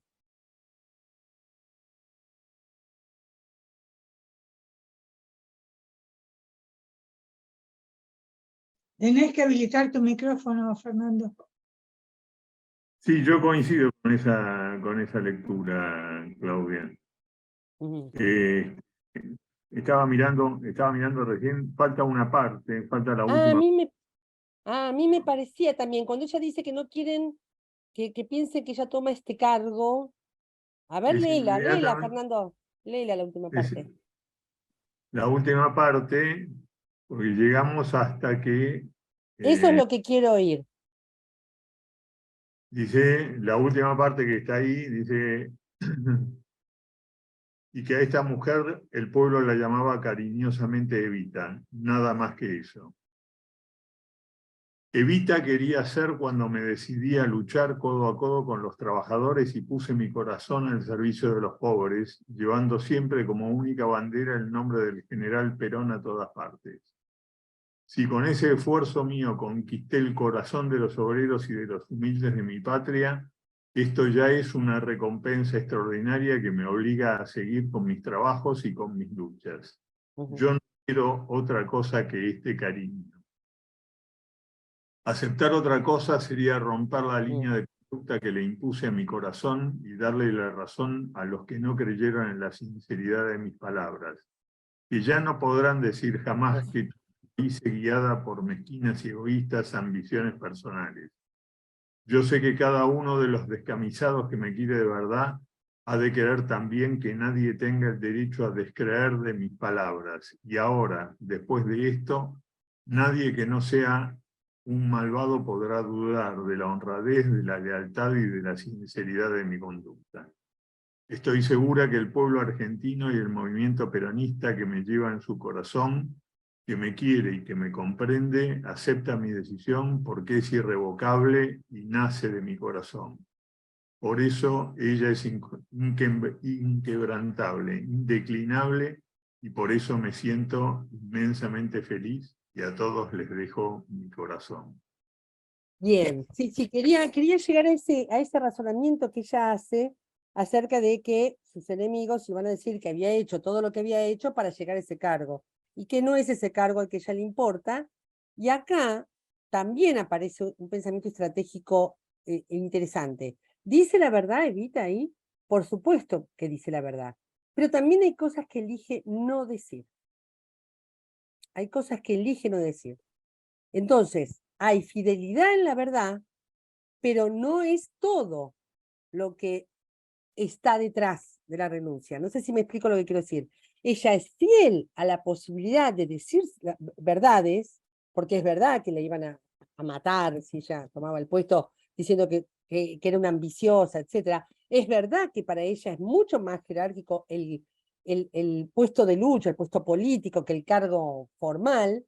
Todo eso es verdad, pero también hay verdades que ella elige no decir. Elige no decir. Y elige no decirlas porque su pensamiento estratégico le está construyendo viabilidad al segundo gobierno de Perón, ya mucho más amenazado que en la primera etapa. ¿A qué les recuerda esto? A ver, en la historia contemporánea. A ver, ¿Hay alguna asociación fácil que podemos hacer? Sí, por supuesto. Por supuesto. Cuando Cristina elige a Alberto, cuando Cristina se corre del escenario electoral, busca la unidad y aparece la candidatura de Sergio Massa, esa Cristina es la misma, es el mismo animal político, racional, estratégico y situado que esta Evita. Que esta Evita. Dice todo lo que, toda la verdad, todo lo que se podría decir acerca de la elección de Alberto en el video, Cristina. Por supuesto que no. Dice lo que hace viable la candidatura de Alberto Fernández. Dice lo que hace viable la fórmula. Dice lo que hace posible triunfar y desterrar al macrismo. No dice todo. Esto es una característica muy propia del pensamiento estratégico, del pensamiento político. Para quienes juegan al truco, no todo se dice en el truco, no se muestran las cartas que se tienen, no se dice todo. Y eso no significa faltar a la verdad. No significa faltar a la verdad. Ni faltar a los propios principios. Fíjense que ni Cristina ni Evita se corren de sus convicciones, pero eligen estratégicamente qué decir. Lo comento esto porque si no, pareciera que esa Evita amorosa de la Fundación Eva Perón, que le da bicicletas a los niños, no contiene también a esta Evita de este escrito, que es una Evita que no está haciendo ni asistencialismo, ni ayuda social, ni la obra de la Fundación, está haciendo cálculo de viabilidad. ¿Saben cuándo apareció el primer escrito sobre los cálculos de viabilidad en los planes de gobierno? 1961, 1962, la obra del argentino Oscar Barsavsky. Fue la primera vez que se empezó a hablar del cálculo de viabilidad en los planes. La planificación de gobierno, que la academia siempre ocultó el enorme valor del primer y segundo plan quinquenal, se vuelve una herramienta muy importante en la década del 60, los planes de desarrollo, los planes nacionales de desarrollo, porque los empieza a financiar el Tesoro de Estados Unidos, el Plan Nacional de Desarrollo de cada uno de nuestros países, lo financia Estados Unidos para parar la amenaza que significaba la Revolución Cubana de 1959. Entonces, para que no hubiera un efecto contagio, Estados Unidos empieza a bancar los planes de desarrollo. Entonces, empieza a dar guita a oficinas de planificación, se hace incluso un encuentro en Punta del Este, donde se funda la Alianza para el Progreso, ¿no? Para bancar estos planes, incluso es un congreso, la conferencia de Punta del Este, se conoce como conferencia de Punta del Este, donde va el Che Guevara y le dice a sus colegas de todos los demás países, esa plata que les da Estados Unidos son espejitos de colores. No tomen esa deuda, no tomen esa plata, porque esa plata les va a traer problemas. Hagan ustedes el propio desarrollo. Bueno, no los convence, había mucha necesidad de liquidez en los países latinoamericanos, se toma esta deuda con el Tesoro de Estados Unidos, se toma este dinero para los planes nacionales de desarrollo y empiezan a fracasar, porque estos planes tenían en sus principios la reforma agraria, la posibilidad de generar colonias agrícolas en las grandes latifundios, y empiezan a darse estos planes que se escribían en las oficinas de planificación de los gobiernos, tanto los gobiernos autoritarios como los democráticos de América Latina, empiezan a darse de bruces con la oposición de los terratenientes. Y es ahí donde empieza a haber pensadores, Oscar Barsavsky era matemático, empieza a haber pensadores que dicen, bueno, acá falta un cálculo de viabilidad, hay que hacer viables estos planes. Hay que hacerlos viables, porque si no van a fracasar. Y después el gran maestro de la viabilidad va a ser en la década del 80 Carlos Matos, que va a ser el fundador de la planificación estratégica o del pensamiento de gobierno estratégico. el que va a hacer un cálculo racional de la viabilidad. Va a generar análisis situacional, mapa de actores, quiénes son los amigos, quiénes son los enemigos, la correlación de fuerzas. Se va a leer mucho más a Antonio Gramsci, el gran pensador italiano sobre estos temas. Empieza a decirse, bueno, una cosa es lo que planifico, otra cosa es lo que puedo hacer. Bueno, por supuesto, Evita no había leído ni a Gramsci, ni a Barsky, ni a Matus, y genera un cálculo de viabilidad en este texto. Esto es lo que sobre todo quería comentarles.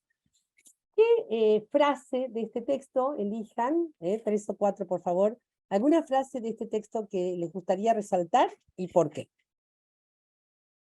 Pueden hacerlo por el chat o pueden hacerlo abriendo sus micrófonos. Acuérdense que falta, que también pueden elegir la del texto que leyó Fernando.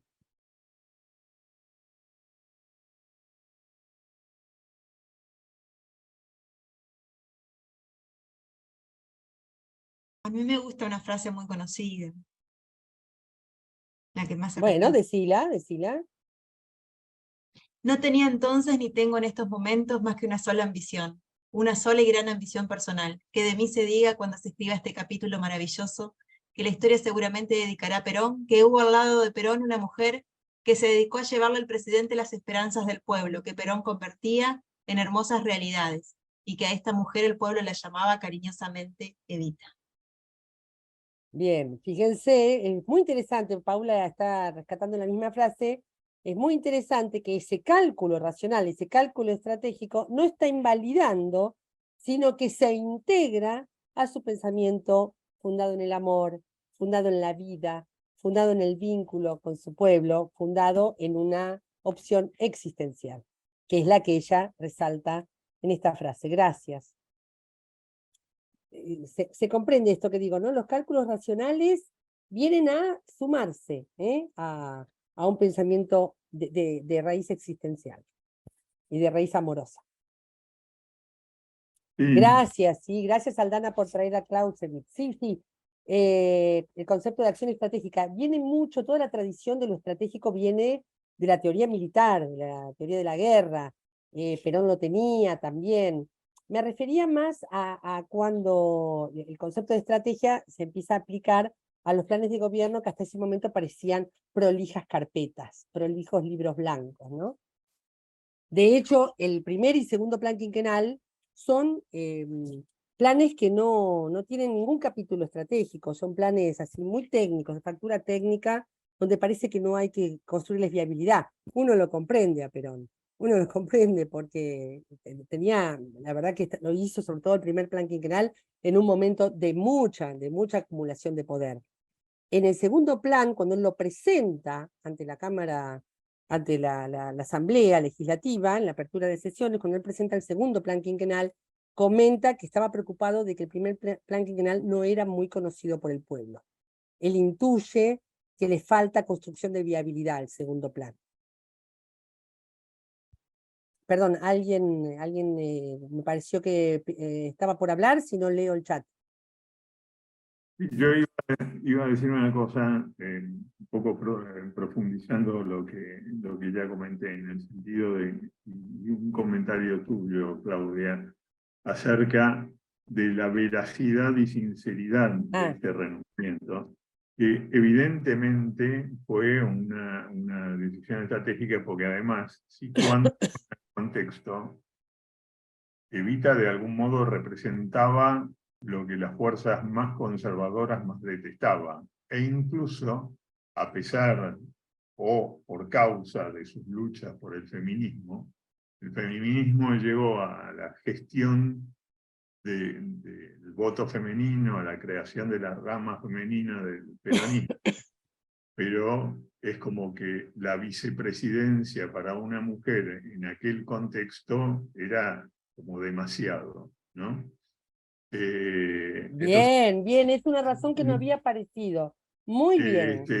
Y un poco está, yo lo asocio con la frase, que es la frase inmediata precedente al título de este seminario, en el discurso anterior que dio lugar a su renunciamiento, cuando Evita dice: yo no pido nada para mí, mi gloria es y será siempre el escudo de Perón y la bandera de mi pueblo, ¿no? Entonces, la verdad es que resigna esa aspiración, que era legítima, un poco por la preservación de lo hoy, Absolutamente. la consolidación hacia el futuro de lo por hacer, Así aún es. explicando sus propias ambiciones. Evita sabía esto de que la iban a acusar, ya la estaban acusando de ser una mezquina, una ambiciosa, y con una historia, digamos, ella claramente percibía y comprendía que era muy fuerte, mucho más fuerte esa irrupción a un cargo institucional de cierta significación. Porque claramente, Sí, perdón, dale. no, que muchas veces en la historia argentina, hasta la historia contemporánea, se habla del vicepresidente como el señor que toca la campanita. Evita no lo hubiera sido como lo fue Cristina como vicepresidenta, ¿no? Así es, Sí. así es. Así que, Te agradezco mucho, Fernando, que hayas traído el hecho de su ser mujer en esta oposición a su candidatura, que no lo habíamos dicho todavía, ¿no?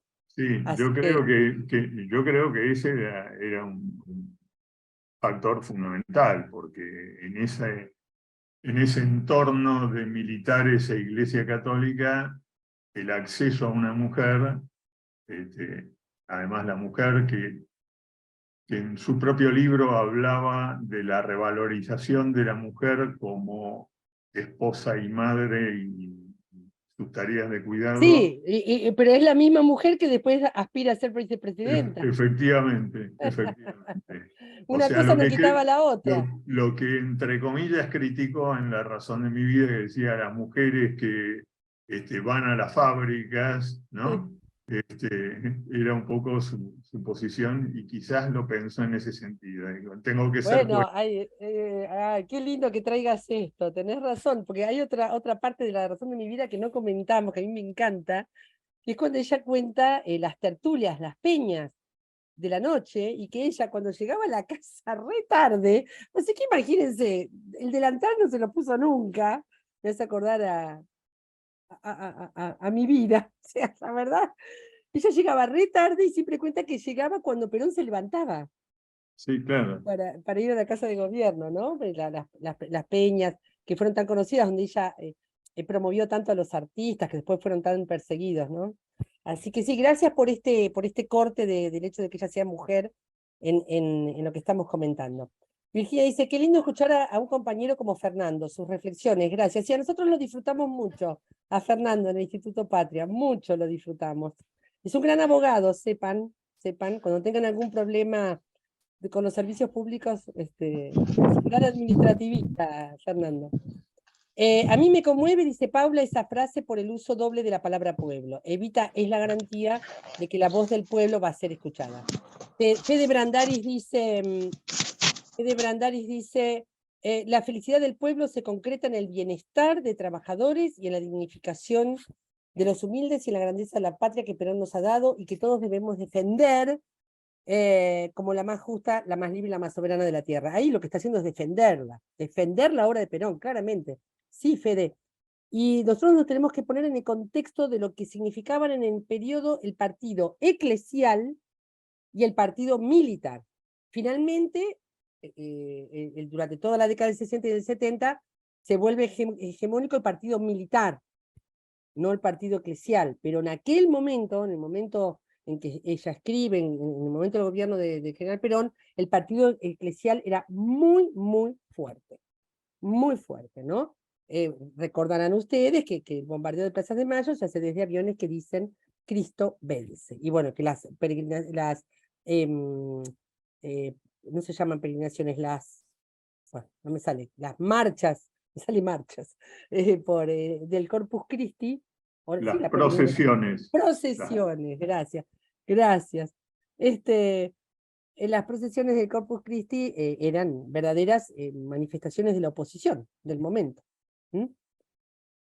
Me gusta ese fragmento, dice Fede, entendió que sin la felicidad del pueblo no tiene existencia todo lo otro. Sin la felicidad del pueblo, si ella no hace, no toma, no toma decisiones en favor de la felicidad del pueblo, no tiene sentido todo lo demás. Es excelente esto que decís, Fede. Es excelente, porque en eso que estás diciendo, todo lo que dice se vuelve verdad. Todo lo que dice se vuelve verdad.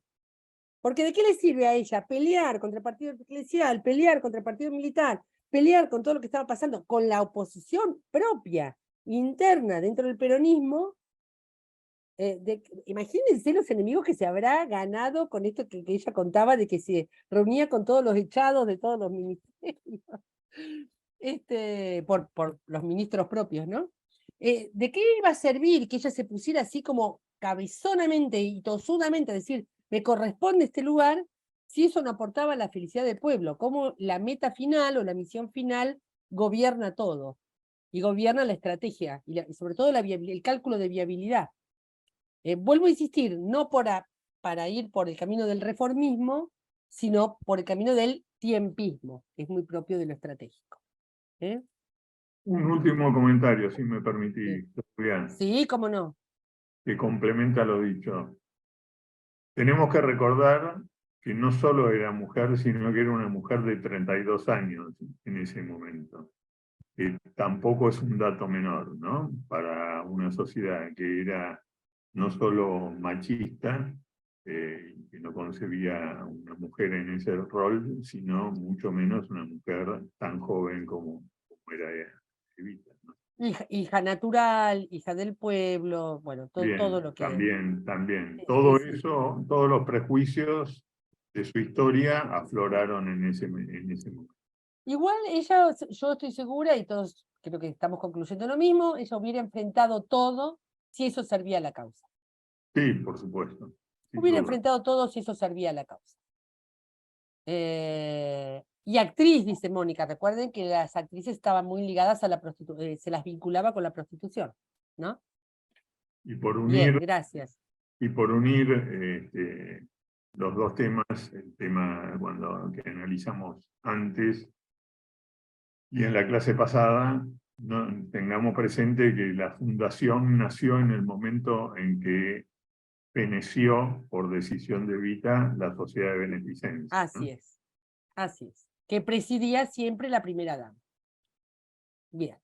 Que argumentó que era muy joven para presidir, que se lo para negaron. presidir la sociedad de beneficencia, imagínense, para presidir un país, ¿no? Que se lo negaron, sí, efectivamente. Exactamente.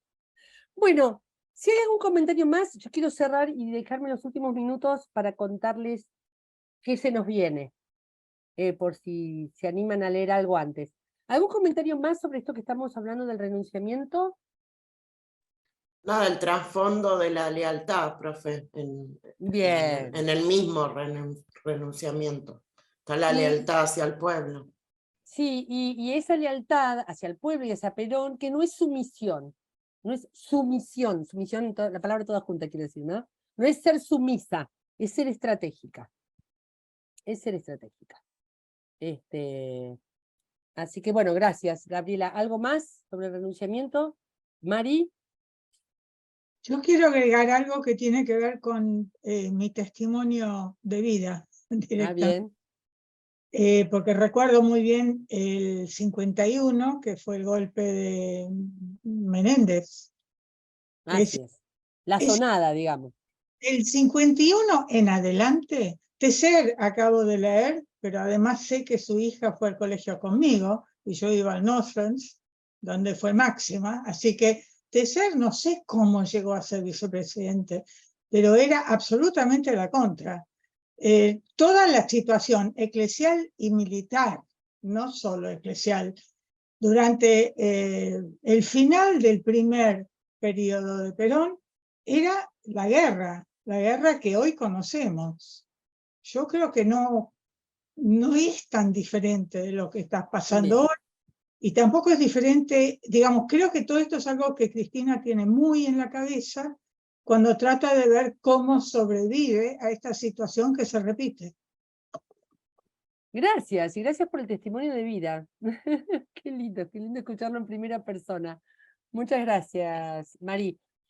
Si hace un rato dijimos, ¿por qué, dice Paula, por qué se lee como un folletín La razón de mi vida cuando contiene lo que contiene? La pregunta que yo me hago es ¿por qué el discurso del renunciamiento no se utiliza en las clases como modelo, por lo menos en las clases de gobierno, ¿no? En los estudios de gobierno, en los estudios de las estrategias de gobierno, porque no se toma más como ejemplo, no es un estudio de caso más presente. Eso también quería comentar.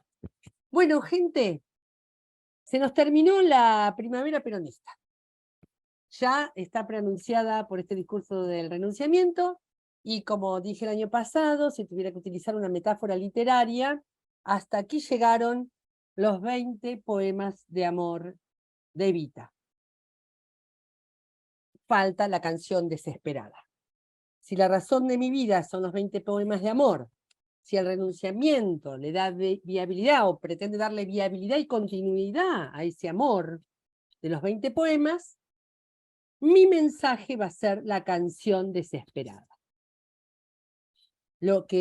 El momento donde Evita dice, más si yo digo todo, que se vayan todos allá. No digo la palabra porque me los están grabando y así lo tiene que editar Juan después. Pero digo, la verdad que mi mensaje va a tener la potencia testimonial que tiene todo pensamiento desde el dolor, desde la cercanía de la muerte y desde la debilidad. Y vamos a hacer una teoría de la debilidad política que también va a romper cánones.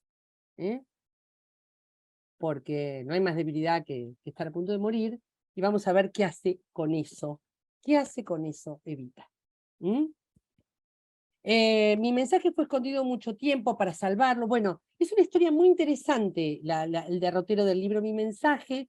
De hecho, uno de sus capítulos fue leído en el homenaje que se le hace a Evita en el 17 de octubre siguiente a la muerte. Se lee en forma pública, y esa lectura en forma pública de ese capítulo fue una de las pruebas para como probar en la justicia la veracidad de ese libro, de que era un libro de autoría de Evita. Todo ese derrotero del libro, hasta que se comprueba que es un libro de Evita, está en un artículo que yo les puse en el aula. Léanlo, es muy interesante, es muy curioso, y podríamos hacer alguna hipótesis acerca de por qué las hermanas de Evita negaban la autoría, qué estaba pasando ahí con mi mensaje. Pero más allá de eso, nosotros no nos vamos a dedicar a ese recorrido histórico del libro, sino que nos vamos a dedicar a leerlo, por lo menos en sus hipótesis centrales, y nos da la oportunidad, mi mensaje nos da la oportunidad no solo de hacer una teoría del poder y del poder de la debilidad, sino que nos va a permitir conocer mucho más cabalmente todo lo que ella pensaba a partir de esa desesperación, digamos, ¿no? Así que bueno, si pueden leer mi mensaje antes del sábado que viene, mejor. Yo voy a traer parrafitos nada más. Si no, está todo bien. Y leer el artículo ese que les digo cuál fue el derrotero del libro. ¿Es presencial la próxima? No, Aldana, la próxima es virtual. La cuarta, que la vamos a dedicar a Evita Eterna, a Evita en la cultura, es la última. Si quieren, tarea para el hogar, para cerrar la razón de mi vida, la poesía de Leónidas Lamborghini. Con eso cierran, es un excelente resumen de la razón de mi vida. Leer mi mensaje y traer algún párrafo elegido de mi mensaje para la próxima. Y leer el derrotero del libro. Nosotros, para hablar de Evita en la actualidad, Evita en la cultura, Evita después de Evita, el amor después del amor, Evita después de Evita, vamos a tomar como punto neurálgico de las producciones artísticas de Evita el cuento Esa mujer de Rodolfo Walsh. Recuerden que antes que periodista, Rodolfo Walsh fue un gran escritor. un gran escritor y un gran cuentista. Así que vamos a ir por esa mujer, pero van a ver porque tiene, es apasionante. Esa mujer, la factura, cómo es que él va por la historia del ocultamiento del cadáver, como una investigación parecida, él quería hacer una investigación parecida a Operación Masacre, a la investigación de los fusilamientos de José León Suárez, y se encuentra con una historia que solo pudo ser contada literariamente. No pudo hacer una investigación racional. Bueno, ya vamos a llegar. A mí me encanta. Esa es la cuarta clase. Ahora vamos por mi mensaje, ¿sí? Por la canción Desesperada de Evita. Y no es presencial la próxima, es virtual. Y la última es presencial con bizcochitos de grasa, con facturas y mate. Todos los que puedan, va a ser un placer encontrarnos en Lanús. Y quienes no conozcan la Universidad de Lanús, tómenlo, la avenida a la última clase, tómenlo como un paseo. Un paseo, yo les voy a hacer un recorrido por el lugar, les va a encantar. Ojalá sea un día soleado como hoy. Bueno, suerte mañana, voten bien, voten muy bien. Antes de que se vayan, por favor, nombre y DNI en el chat. Nombre y DNI en el chat para tener el presente, por favor. Bueno, éxitos mañana. Vamos por el triunfo. Chau, chau.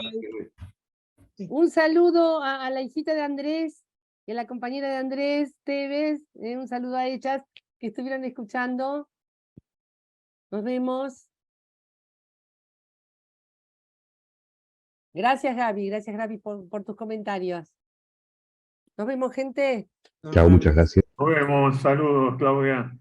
Bueno, ahí te están descubriendo tu voz de locutor. Tendrías que haber sido locutor, ¿no es cierto, Paula? Que Fernando no tendría que haber sido abogado. Tendría que haber Tiene sido grandes locutor. grandes dotes, en todo sentido, una gran oralidad tiene. ¿No es cierto? Gracias, Paulita. Así es, aprobadísimo, Fernando. Pero qué lindo que te hayan escuchado otros compañeros y compañeras que no te conocían. Claudia, te comento, Aldana, que todavía está en la sala, consultaba por la evaluación en el chat. Ay, perdón, que no comenté. Bueno, me haces acordar, Aldana y Pau, me hacen acordar, porque va a ser algo que tiene que ser un disfrute. Quédate tranquila, Aldana, que es No es muy en grupo, en sencillito. principio, quédate tranquila. No, y es muy sencillo. Es muy sencillo, quédate tranquila. Pero no, la verdad que me olvidé. Bueno, gente, que tengan un buen fin de Adiós. semana.